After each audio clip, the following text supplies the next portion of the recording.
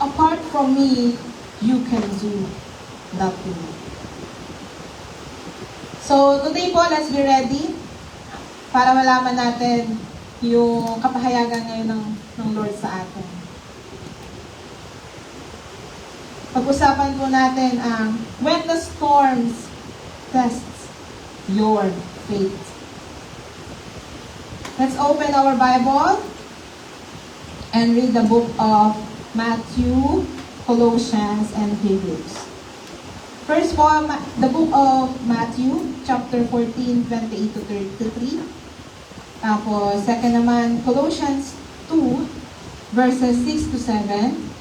And Hebrews chapter 12, verse 2. So, Matthew muna tayo.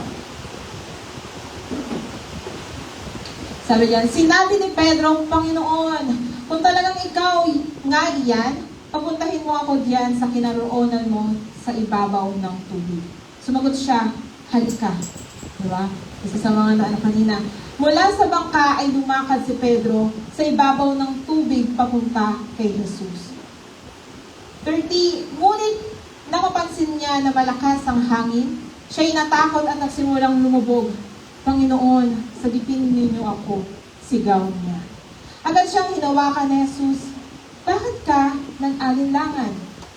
Napakaliit ng iyong pananampalataya, sabi niya kay Pedro. 31, 32. Pagkasakay nila sa bangka, tumigil ang hangin at sinamba siya ng mga nasa bangka. Tunay nga po kayong anak ng Diyos, sabi nila. Colossians 2 verses 6 to 7.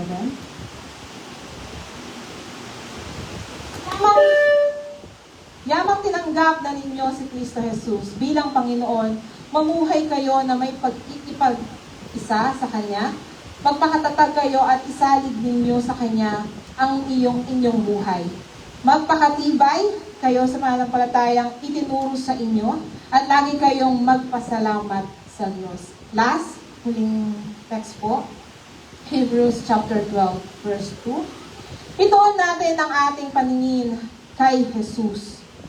Sa Kanya, nakasalalay ang ating pananampalataya mula simula hanggang katapusan.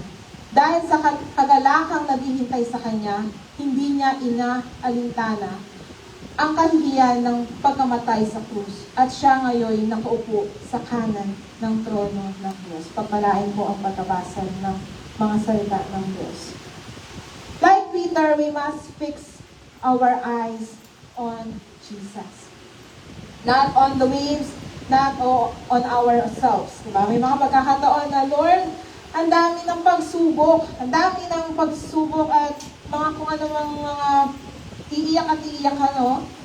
Pero, ang sabi dito, we must fix on our eyes on Jesus. Storms do not define our faith, our focus does. Konting background tayo ng historical. Sa Matthew 14, verses 28 to 33, pagkatapos po pakainin ni Jesus ang mahigit 5,000 tao, ano yung pinakain niya? Ano ba? Fish and bread. 5,000 tao. Pinasakay niya ang kanyang mga alagad sa bangka habang siya ay umakyat sa bundok upang manalangin. Kahit po si Jesus ay nananalangin. Amen po? Tayo po, kailandas na natin manalangin. Habang nasa gitna po siya sila ng Sea of Galilee. Ano po yung Sea of Galilee?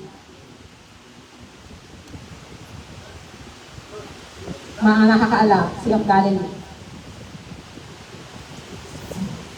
Dumating ang isang malakas na bagyo. Ayan. Ang Sea of Galilee ay kilala sa pagdating or biglang pagdating ng malakas na hangin dahil napamalibutan ito ng mga bundok at lambak. Kahit ang mga bihasang may isda po ay natatakot sa mga ganitong bagyo. Nung panahon na yon, nung madaling araw, lumakad po si Jesus sa ibabaw ng tubig, papunta sa kanila. ibabaw, no? Siya lang nakakagawa nun. May makikita kayo mga magic, di ba? May makikita kayo sa mga celebration, mga party na nagpapakita na meron nga doon parang sa Antipolo ata yung swimming pool nila, doon lang walk in the aisle ang isang bride. Pero si Lord, as in walang glass, walang bridge of glass. Totoong lumakad siya sa tubig. Natakot ang mga alagad at inakala nilang multo ang kanilang nakita. Gulat sila. Kasi alam, sino yun? Sino yung naglalakad na yun? Di ba? Sa ibabaw pa ng tubig. Ngunit sinabi ni Jesus, "Take courage. It is I. Don't be afraid." Sumagot si Peter. Huwag kayo maguguluhan, ha? Si Peter, si Pedro, yung sa book. Si Peter Parker po, yun yung sa Spider-Man. So, lang po. Clarification lang. Sumagot si Peter, si Pedro, "Lord, if it's you, tell me to come." At sinabi ni Jesus, "Come." Cute, no? Sinabi ni Lord, halika rito. Habang nakatingin po si Pedro kay Jesus, nakalakad siya sa tubig. Nung sinabi ni Lord na halika rito, agad-agad pumunta si Pedro patungo kay Jesus na nakatingin sa kanya. Pag sinabi nga, halimbawa, sample dyan, pinaka-sample dyan, yung mga bata na naglalakad pa lang, di ba? Sigab-gab, sigab-gab. Pag naglalakad na yan, di ba, sabi niya, halika, lalakad siya, di ba? Pero nakatutok siya sa iyo, di ba? Halika, come to mama, come to mommy, come to ninang, come to kung ano man, come to. Pero pagka, halimbawa, na-distract siya, di ba, nadadapa sila. At tulad po ni Peter, nung nakalakad siya sa tubig, nakafocus siya, yung eyes niya nakatingin, nakatuon sa mata ng Jesus. Pero nung mas pinagtuunan niya ng pansin ang hangin at alon, nagsimula po siyang lumubog. Bigla siya nagkaroon ng takot. Hala, ang lakas ng ulan, ang lakas ng bagyo, ang lakas ng hangin. Pero alam niyo, sa sobrang love tayo ng Lord, o Lord, sobrang love niya si Pedro, agad niyang iniligtas si Jesus. Kahit nagkaroon siya ng takot. Sa Colossians chapter 2, verses 6 to 7 po, isinulat ni Paul ang liham para sa mga taga-Colossae, upang palalahanan po silang manatiling nakaugat kay Kristo at huwag malinlang na maling katuruan. Ito po yung isa sa mga continuation nung last kong preaching. Nasaan ang ugat mo? Diba? Hebrews 12:2. Ang aklat ng Hebrew ay sinulat po sa mga Kristiyanong inuusig. Ayan. Sino po dito yung mga inuusig? Alive. Ang boring mo naman. Diba? Ang weirdo mo naman. Diba? Dahil sa kanilang mga pananampalataya. Pero ang sabi, diba, doon sa Hebrew, hinihikayat silang manatiling matatag sa pamamagitan ng fixing our eyes on Jesus. Sa mga talata po, mapapansin natin, yung dumating ang bagyo, kahit sumusunod ang mga alagad kay Jesus, di ba? Andoon yung pagsunod, nandoon lahat ng mga revelation na naganap, di ba? Nakita natin yung mga miracle nila pala. Narinig ko lang at nabasa pala. So, clarify din yan. So, doon may nakita natin, nabasa natin yung lumakad si Peter habang nakatingin kay Jesus. Nang tumingin siya sa alon, nagsimula siyang lumubog. Di ba? Sa talata. Pero agad siyang niligtas ng Diyos. Ang Christian life po, ang buhay Kristiyano, ay nagsisimula at nagpapatuloy sa pagtutok kay Kristo. Ang tanong po sa umagang ito, saan ka po nakatutok? Sa tiyan mo na naggutom na, sa ulan na bagyo na lakas, ngayon tumila na, diba? To God the glory. Sa ulang mamaya ng lunch, ano kayang lulutuin ko sa mga nanay? Diba? Sa mga may trabaho bukas, Monday na naman. Diba? Absent daw. Absent daw. Sa mga estudyante ngayon, no, walang pasok. So, walang pasok. So, bonding lang muna with family. Kapag po nakafocus tayo kay Jesus, lumalakas po ang ating pananampalataya. Amen po? Kapag ang problema po ang focus naman natin, lumalaki po yung ating takot. So, first point po sa ating talata. First, your identity comes before your assignment. Okay, bukas po kayo sa akin sa 2 Corinthians chapter 5:17.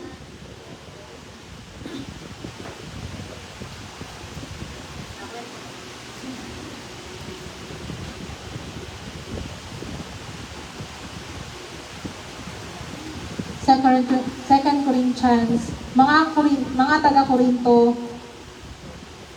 sabi niya 17, kaya't kung nakipag-isa na kay Kristo ang isang tao, isa na siyang bagong nilalang. Wala na ang dati niyang pagkatao, sa halip ito'y napalitan na ng bago. To God be the glory. Lahat po tayo may lumang version.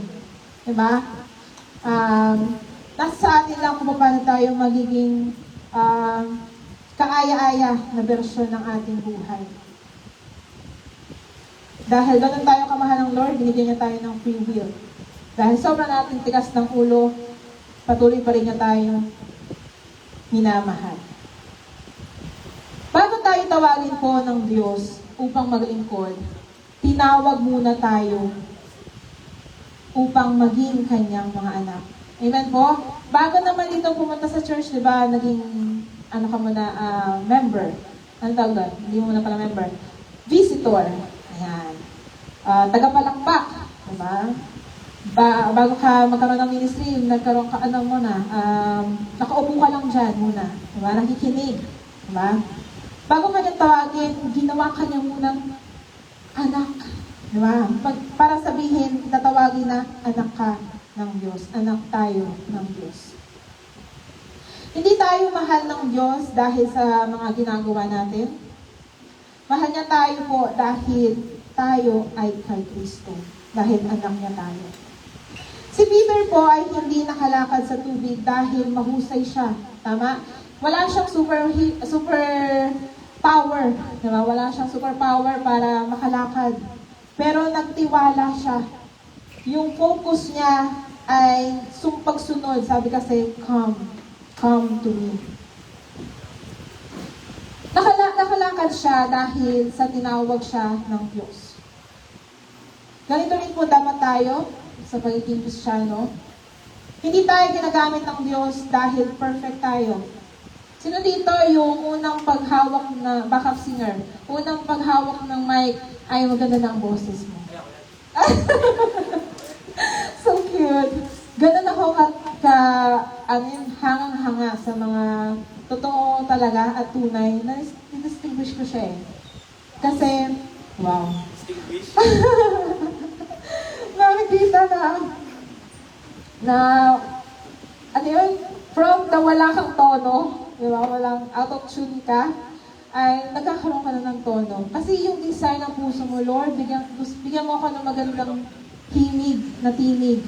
Diba? Para mas mahandugan kita ng awiting ng napaka maganda. Diba? Ano ba ito masasabi doon?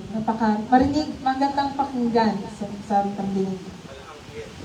Yes, malaanghel. Ginamit niya tayo dahil tayo ay Kanya. Doon sa Spider-Man, illustration tayo. Si Peter Parker po ay nakilalang Spider-Man, bilang Spider-Man. Marami ng version, di ba? Marami ng may pogi, nagulat ako, may itim, may maputi, di ba? May iba-ibang version, pero ang isa lang dyan ay pogi, si Peter Parker. Dati si Superman eh, ngayon kasi more on Spider-Man ka. Ngayon talaga mga babae, no? More on pogi So, pero minsan po, nawala ang kanyang pagkakakinanlan sa mata ng tao. Nawala siya. Nawala yung super power niya. Superpower niya, nawala. Sasalok kasi. Kaya nga. Wow, siyang pogi.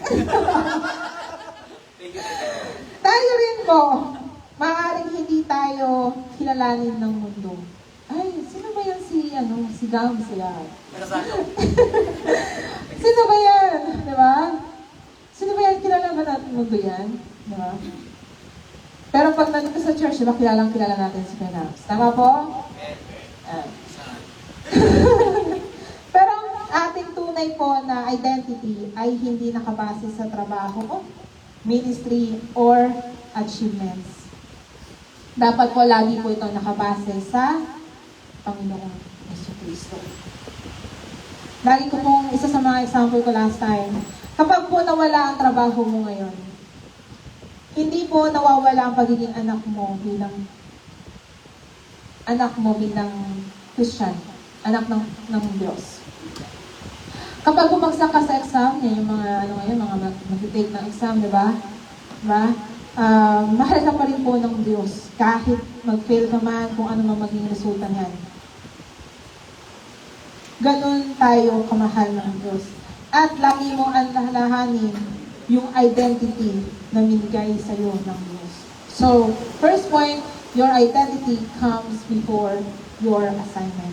Ano po ang mga assignment ng ating mga buhay, sitwasyon natin ngayon? Diba? Ngayon na lang dati, ang alam ko lang na assignment ko, pagiging anak, pagiging ate. Tama? Kailangan maging role model. Diba? Hindi lang sa loob ng simbahan. Dapat lalong-lalo lang sa loob ng tahanan. Yun yung mga assignment na alam ko dati. Pero ngayon, ang dami ko ng assignment. Diba?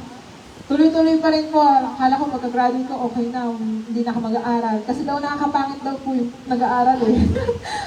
Nakakapangit siya. Hindi siya nakaka-bloom. Diba? Ang gastos pa pag nag-aaral. Tama ba? Wala pa sa magastos siya. At nakakapangit. Hindi siya nakakaganda. Pero after that, di ba, may recognition, may graduation, doon nakikita yung ganda. Di ba? Yung ganda, kaya kailangan daw magaling. Nakatawa ko. Okay. Yung ganda, di ba? During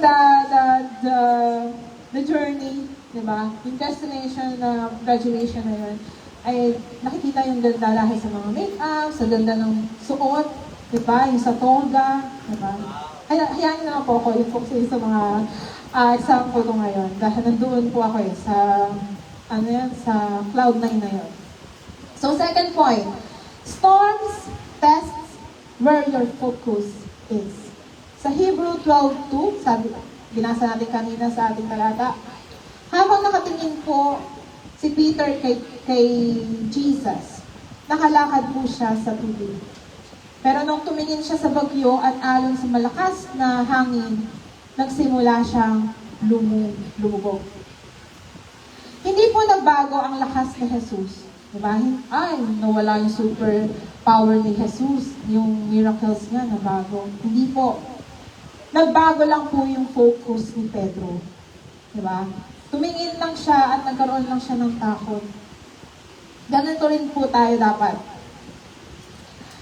Kapag mas tumitingin tayo o tinitignan natin ang problema kaysa sa Diyos, diba? Kanina, ano yung pagsubok kanina? Bad weather. Gusto ko pa sa bahay, sa kama, ayan. Gusto ko pa matulog, di ba? Babasa lang ako mamaya, di ba? Yun yung problema kanina, di ba? Ang lakas ng bagyo, di ba? Pero hindi, palapakan natin ang bawat isa. Di ba? Mas naging, nagtagumpay yung kasipagan natin na marinig natin, gusto natin marinig ang salita ng Diyos. Kaya ka nandito at nakikinig ng salita ng Diyos. At kanina, umawit tayo, di ba? Andoon yung presensya ng ating Diyos. Kapag po tayo nakatingin po tayo sa problema, lumalaki po ang takot natin. Di ba?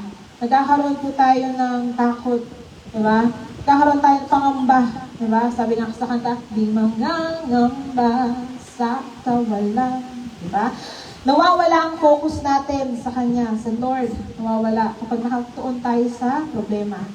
Nawawala tayo sa Kanya.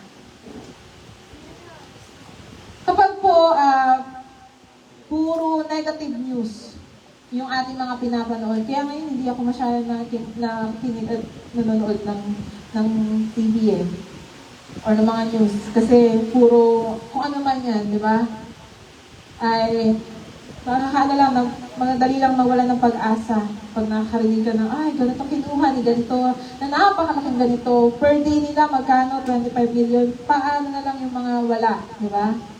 Sila, sumasaya sila, isang fine dining nila, 300,000, pero tayo, di ba? Ang mga mas, hindi lang naman tayo yung mas may, mas hindi pa kaya. Stress po yung nadudulot kapag tayo ay nanonood or nakikinig ng mga negative news. Kung ano mang news po yan. Sa bansa, sa pamilya, or kahit saan man sa trabaho. Pero kapag pinupuno po natin ang isip natin ng salita ng Diyos, lumalakas po ang ating pananampalataya kay Jesus. Third point, God has given you gifts to serve. Sa 1 Peter chapter 4:10, may mga talento po, may mga regalo po na binigay sa atin ng Diyos. Bilang mabubuting katiwala ng iba't ibang kaloob ng Diyos, gamitin ninyo sa kapakinabangan ng lahat ng ang kakayahang tinanggap ng bawat isa sa inyo.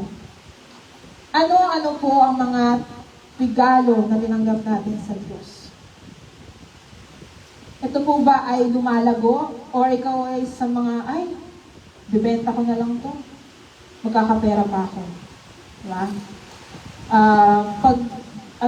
Gagawin ko lang tong negosyo, gagawin ko lang tong trabaho para magkaroon ng kapalit na pera. Lahat ng mayroon po tayo ay regalo po ng Diyos. Unang-una dyan ay talento. Diba? Isa sa mga hinihiling sa atin ng Diyos ay papuri at pagsamba. Diba? Isa sa mga ways niya na gamitin ay through music. Kanina inuna natin ang pagkanta, pag-awit ng mga papuri at pagsamba. Sa mga instrumentalists, unang tumugtog, diba? Tugtog para kay Jesus. Diba? Ganda na, para magandang yan, parang concert, no? Tugtog para kay Jesus. Regalo po niya na binigay sa atin, oras.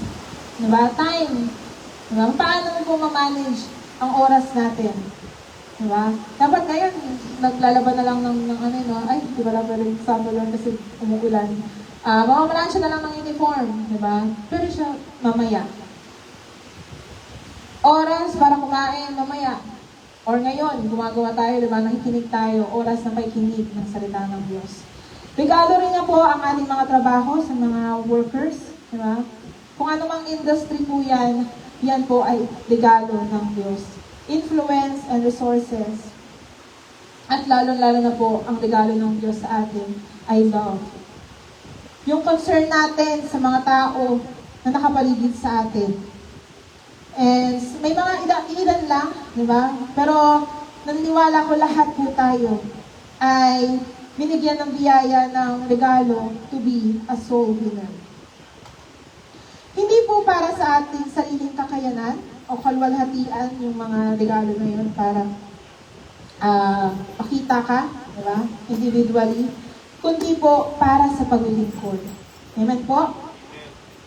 Sa Spider-Man naman po na illustration, ginamit ng Spider-Man ang kanyang kakayahan upang tumulong sa iba. Hindi niya po yun, parang tinago, diba? Hindi niya lang hinayaan na, hindi, mapapagod lang ako, masasaktan lang ako, mabubugbog lang ako, diba?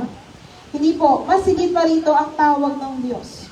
Hindi lamang gamitin ang ating talento, kundi gamitin ito upang ituro ang mga tao kay Jesus. Katulad ng sa praise and worship, diba? Hindi lang naman kaming music din, okay na kami. Masaya na kami. Alam namin kahit individual kami, kaya namin mag-worship, kaya namin mag-praise.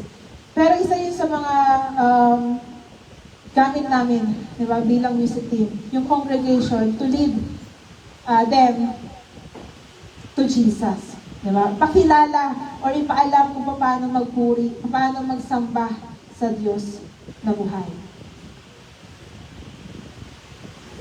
Ang teacher po ay nagtuturo ng may integridad. Amen po, sa mga nagtuturo, di ba? Tuwang-tuwa nga ako dyan pag may makakita ako mga teacher ko dati. Sige po, next time, ano tayo, lunch tayo, o kaya dinner tayo, di ba? Isa sa mga, way ng gratitude, di ba? Pasasalamat sa kanila. Kasi, mas ginamit nila or mas ginawa nila yung calling nila bilang guro. Ang nurse po ay naglilingkod ng may, compassion. Di ba? Sobra silang mag-alaga. Mas nag-aalaga sila kaysa dun sa mga doktor. Di ba? Sila yung unang-unang mo makikita, hello po, good morning. Di ba? How's your day? How's your health? Di ba? Kamusta po? May nararamdaman po ba? Di ba? Ang student po ay gumagamit ng kanyang influence. Di ba? Sobrang mas malaki po ang mga influensya ng pagiging estudyante. Diba? Doon tayo nagkakaroon ng malaki at maraming mga kakilala, kaibigan, at kaklase. Isa itong way para magdala ng kaibigan kay Kristo. Fourth, following Jesus requires sacrifice. Ito yung sa mga, sa mga hindi na mamalayan ng bawat Kristiyano na laging na misinterpret or miscommunication na bakit laging may sacrifice? Diba? Bakit laging kailangan may pagsubok bago kang tumawa at ngumiti? Diba? Sa Matthew chapter 16 verse 24, sabi dyan, sinabi ni Jesus sa kanyang mga alagad, sino mang nagnanais sumunod sa akin ay kailangang itakwil ang kanyang sarili. Pasanin ang kanyang krus at sumunod sa akin. Sino po dito yung sinurrender na yung buhay niya kay Jesus? Hindi po madaling sumunod kay Jesus. Tama po? Noong mga panahong bata ako, sabi ko, ano ba ito? Parang ako nasa royal family. Sobrang sabi ko, ano ba ito? Kaartihan. Diba? Sabi ko, bakit sila ganito, ganyan? Ano yung pinagkaiba ko sa ganyan? Diba? May mga chances po sa ating buhay na hindi po talaga madali maglingkod sa Jesus, kay Jesus, sa Panginoon. Hindi po madali na magkaroon ng ministry at paglilingkod sa Diyos. May pagkakataon po tayo na kailangan natin isuko yung mga pride. Diba? Yung mga lalaki, mas malaki ang pride. Tama ba? Hindi daw eh. Mas babae daw. Ayoko nga. Gano'n, diba? Mga babae. Kailangan isuko mo yung comfort mo. Katulad ng isang sample ko kanina, diba? Nakampante ako, kaya hindi ko masyadong na-review yung subject na yun. Pero doon pa ako mas nakakuha ng lowest or, mababa. Or siya yung lowest na grade ko. Kailangan natin isuko yung popularity na meron tayo. Lagi natin ibalik or balikan yung pagiging halimbawa, di ba? Kahit gaano ka ka-boss sa trabaho mo, pero ang pinaka-boss sa tahanan mo ay ang mama at papa mo. Tama po? Tama po? Parang hindi sila, Ayan. Kahit sila pa rin po boss. Kailangan natin isuko yung mga unhealthy relationships. Kapag hindi na po nakakaaya sa ating paningin or sa ating buhay, or ito yung mga chance na makakapaghiwalay sa ating Diyos, ay gusto natin isuko. No? Alisin na. Kahit napakasakit, ay kailangan na isuko. At last, sinful habits. Sa lahat po ng bagay, lahat po ay mga, sabi nga diba, pinaglihing daw sa kasalanan. Kasi una naman talagang nangyari, kaya nawala sila Eva at Adan sa Garden of Eden ay sa kasalanan. Kapag sinuko natin ang ating mga sinabi kanina, na-discuss kanina, ang kapalit po nito ay mas dakilang buhay kasama ni Kristo. Yung pansamantalang kaligayahan, after niyan, iiyak ka lang din. na kay Lord po ang genuine happiness. Na kay Lord po lahat ng magagandang bagay sa mundo at sa kalangitan.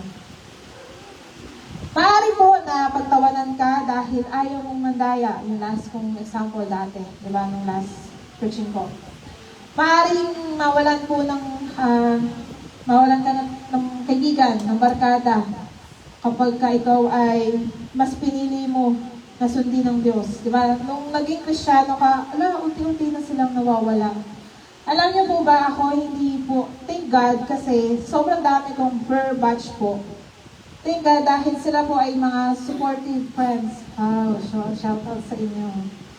So, sila yung nahihiya sila, kasi nga, ito nga, ganito, ganyan. Pero, nadadaan po sila sa panalangin. Kasi wala pong matigas na tinapay sa mainit na panalangin. Binago na. Nagpastoral, nagbago na. Char. Sambala lang. Sambala. Pero po, ang tunay na disciple ay natiling tapat at mayroong buhay na walang hanggan.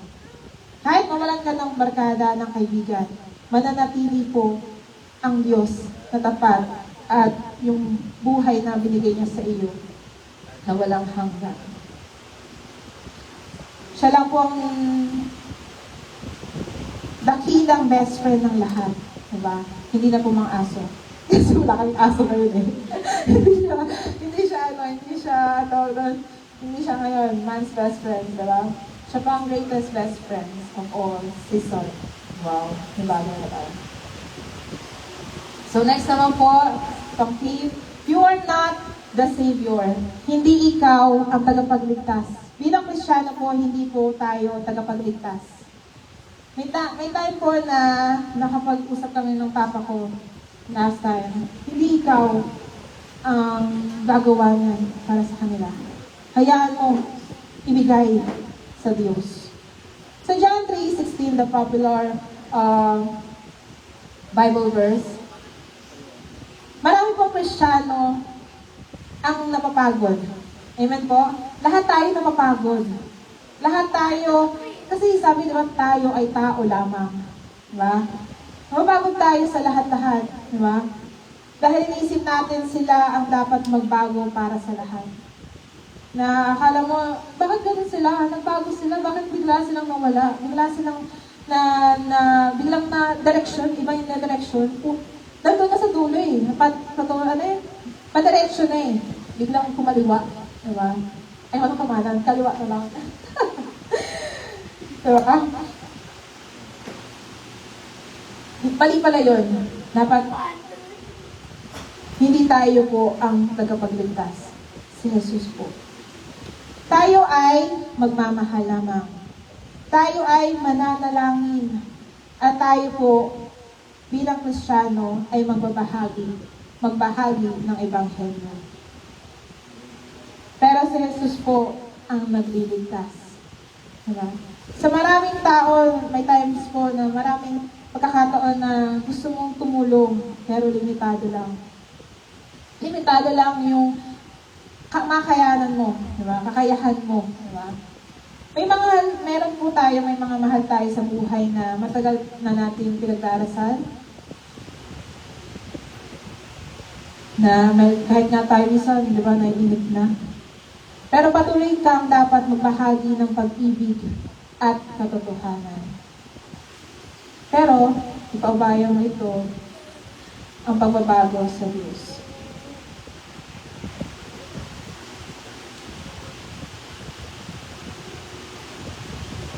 Second to the last. Grace lifts you after failure. Ang galing ng sense of humor ng Lord mo. After kang paiyakin, pasasayahin ka. Kasi nangyari doon, hinayaan niya muna yung gusto mo. Diba? Hinayaan niya, binigay niya yung free will mo. Diba? Hinayaan niya na kahit alam niya mapapahama ka, yun ang gusto mo. So, hinayaan ka niya. Pero doon pa rin talaga lagi yung kanyang pagmamahal sa atin. Lagi niya tayo nililigtas. Proverbs 24:16.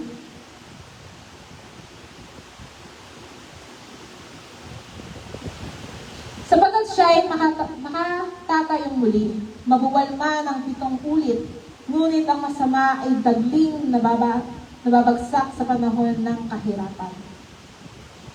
Lumubog po si Peter, pero hindi po siya hinayaan o pinabayaan ng Diyos, ni Jesus. Bumagsak po si David, nung nakikipag-away siya kay, nung nakipaglaban siya kay Goliath. Tumakbo po si Jonah at tinanggi ni Pedro si Jesus. Ngunit patuloy na ibinabalik nila sila ng Diyos. Diba? Kahit matigas na matigas yung puso mo, matigas na matigas yung ulo mo, patuloy kang ibabalik ng Diyos. Gaano man escape yung mangyayari, gaano man yung mga may isip mo na, ayoko na, suko na ako, hands up, diba? Ibabalik at ibabalik ka ng Diyos sa kanyang piling. Failure is not final when there is repentance. Bilang Kristyano, kahit lumayo tayo, patuloy tayong alam natin yung susi diba? Paano tayo maliligtas, diba? Yun yung, Lord, sorry.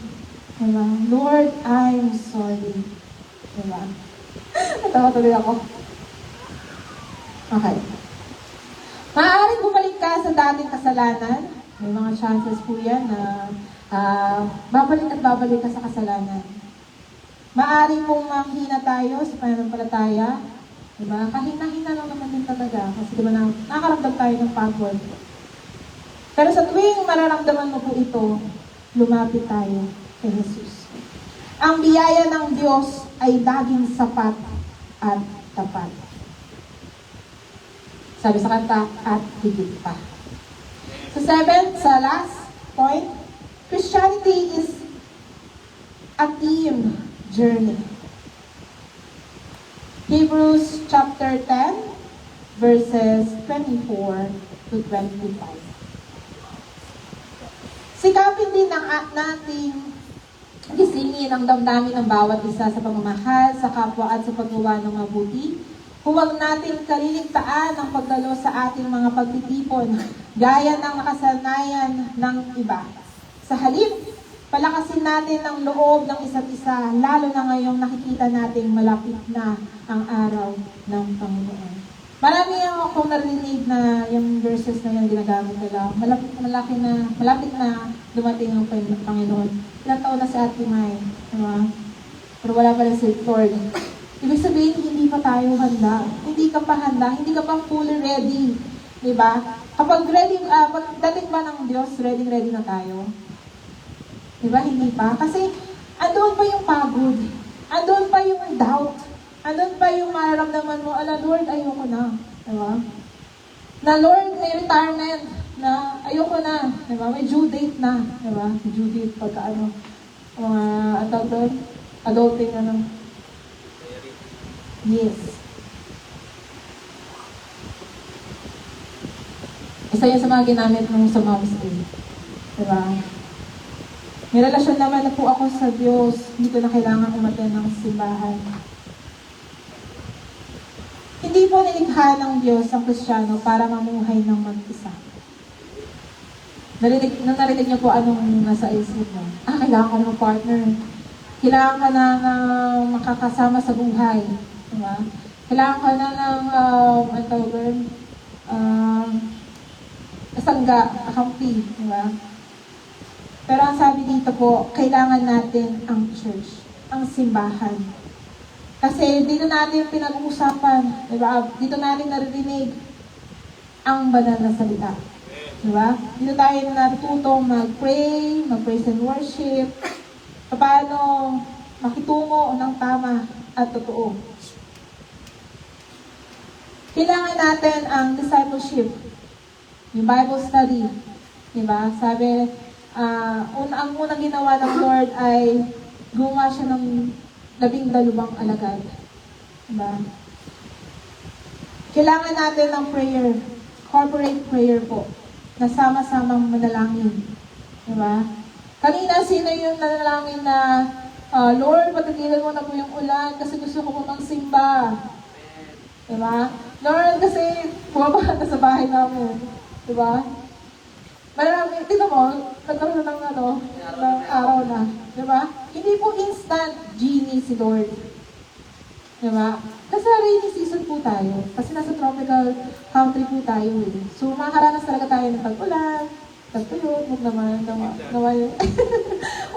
naman, tag-tuyot, tag-araw, diba? Wala lang snow, diba?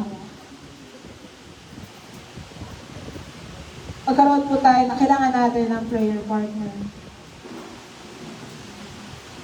Ako nga nung gabi lang ata yun na, nagulat kasi ako, parang 1 year niyang tinago sa parents niya.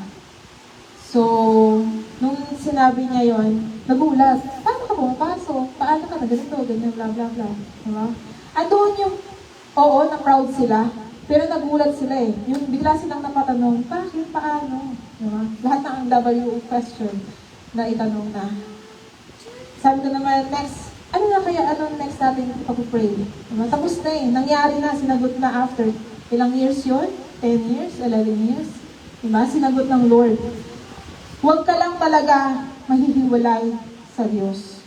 Diba? The more na lumalapit tayo sa Panginoon, lalo tayong lumalapit dun sa panalangin at desire ng ating puso. Kapag po may pinagdadaanan ka, huwag po tayo lumayo sa church. Mas kailangan natin ang pamilya ng Diyos. Yun ang mga katwiran o kaya mga nakasanayan ng bilang kabataan. Kapag may problema sa bahay, aalis, hindi magpo-party or ano man. Hindi ko pero narinig ko lang siya. Mga sharing lang ng mga friends, diba? Ayoko sa bahay, kasi demonita ka. Ano yun? Demonyo ka, diba? Ano ba yung mga hindi maganda? Kaya yung word na narinig nila. Diba? Sa amin wala eh. Kaya narinig ko lang siya. Sa mga sharing ng mga kaibigan. Kaya dapat lagi tayong nasa pamilya ng church, ng Diyos. Maraming tao po ang gustong maging bida ng sarili nilang kwento. Gusto ko maging main character, katulad ni Spider-Man. Diba? Kasi siya ang usap-usapan ngayon. Sino bibili ng t-shirt na kasabay? Char. Pero ang mensahe po ng Biblia ay malinaw. Hindi tayo ang hero. Hindi tayo ang tagapagligtas. Si Jesus po ang dakilang tagapagligtas. Palakpakan po natin ang Diyos. Si Peter po ay hindi naging bayani dahil nakalakad siya sa tubig. Hindi dahil sa kakayahan niya. Ang tunay po na bida noon ay si Jesus, na nagligtas kay Peter. Diba? Hindi naman yung mas napag-usapan yung nakalakad siya. Napag-usapan yung iniligtas pa rin siya kahit nagkaroon siya ng takot. Diba? Mas mataas yun na pwede pag-usapan or pinag-usapan. Kaya ganito rin tayo po bilang Kristiyano. Hindi ang galing natin ang magliligtas sa atin. Hindi yung sariling sikap natin. Hindi yung sarili nating tiwala sa sarili o kakayanan. Diba? Oo, malakas ako eh. Kaya ko yan. Diba? Diyan ako malakas eh. Magaling. Diba? Magaling. Diba? Hindi ang ating mabubuting gawa. Pag binigyan mo ba nagka-charity ka, works, ay magiging mas makakasave ka ng mga maraming tao. Hindi po. Hindi ang ating lakas. Si Jesus lamang. Diba? Kanina kanta, in Christ alone. Malakas na palakpak po para sa Diyos. Marami pong tao ang humahanga kay Spider-Man. Diba? Kahit ako, ilang taon na ako, mahanga pa rin ako kay Spider-Man. Nanonood pa rin ako ng Spider-Man. Diba? Gandang-ganda ako kay MJ. Nanonood ko na siya. Pero ang gusto ko mas 3D. Pero may mas dakilang hero po. May link na po, may link. Wala akong link eh. Malabo pa yung link na meron ako. May promo po. Ha? Ayaw nga pala. Huwag na. Mamaya, usapan pag-usapan naman natin. Okay? Spider-Man saves a city, but Jesus saves the world. Spider-Man risks his life, but Jesus gave his life. Spider-Man is fictional, but Jesus is risen and alive. Siya po, nung namulat ako sa mundong ito, trending na siya. Mas tumitrending pa siya ngayon dahil sa social media or sa mga internet access.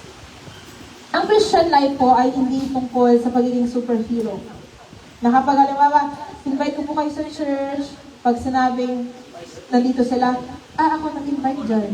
Diba? Oh, proud ka. Pero pagka hinayaan mo na ikaw isa sa mga naging dahilan para mas, magpatuloy, mas nakaka-proud po yun. Pero hayaan mong ibigay yun kay Jesus dahil siya po ang nagbabago ng buhay.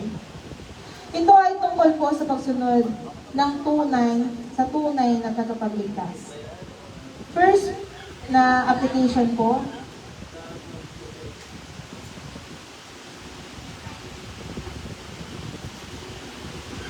remember your identity. Ano ang identity na meron ka?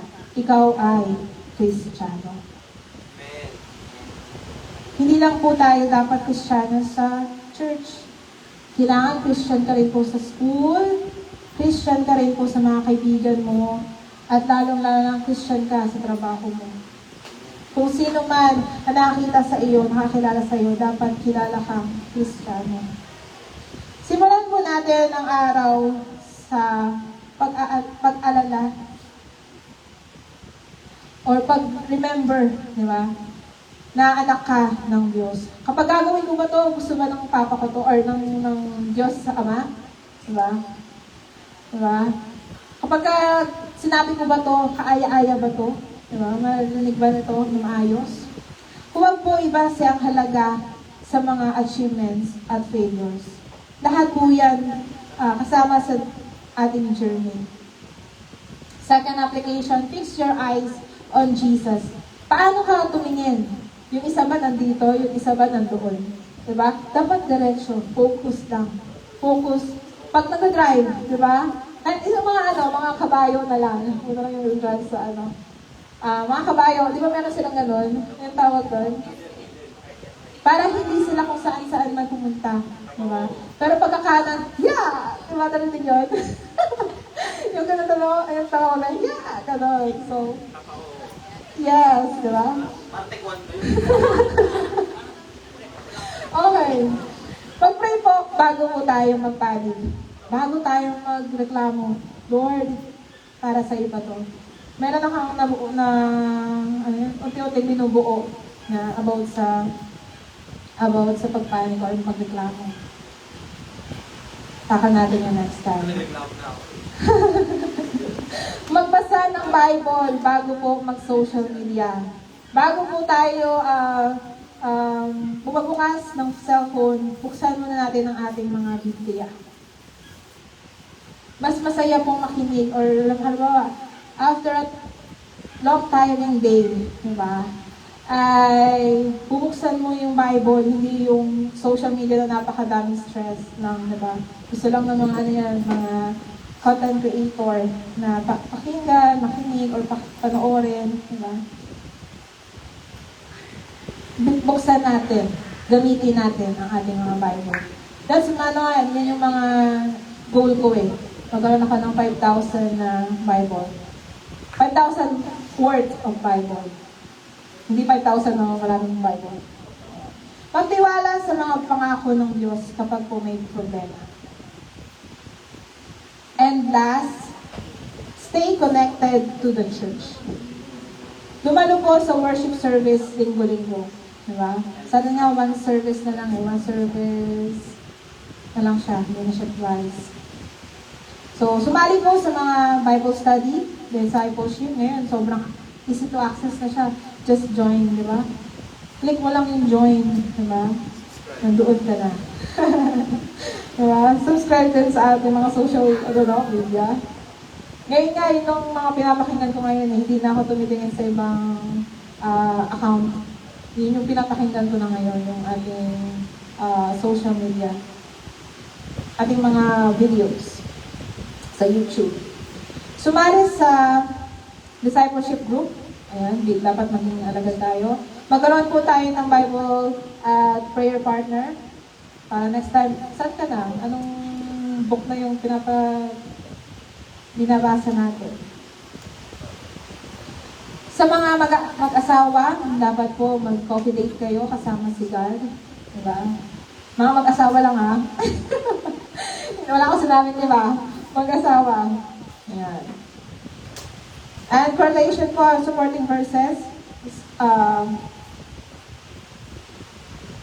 Isaiah 41:10, fear not, for I am with you.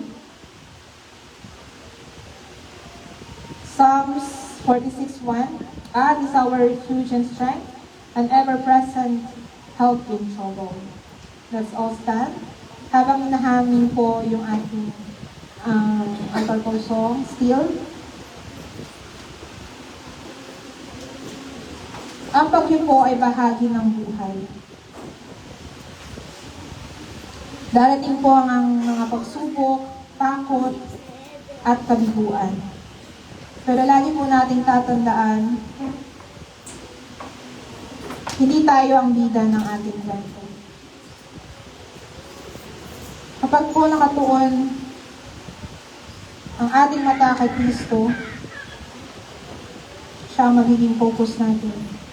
Hindi tayo kailanman matatakot at mangangamba.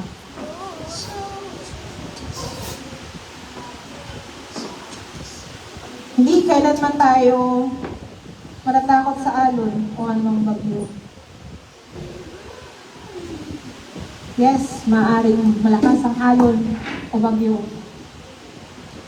Pero mas malaki at makapangyarihan po ang ating Diyos, ang ating Diyos.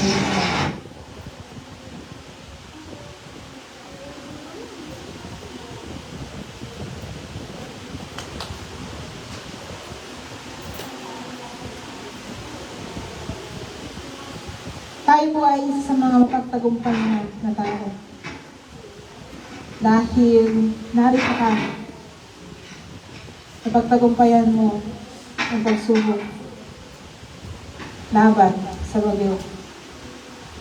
Kung ano ba pangalang bagyo. I'll open the altar po. Nanawagan po ako sa mga may mga kabigatan ng loob. May kabigatan sa problema sa finances, kabigatan sa relasyon, ito man ay sa tao o sa Panginoon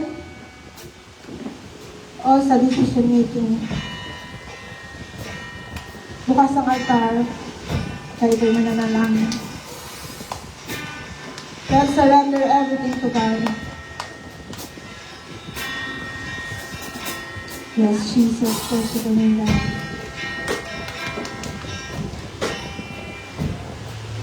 Pinapos ko.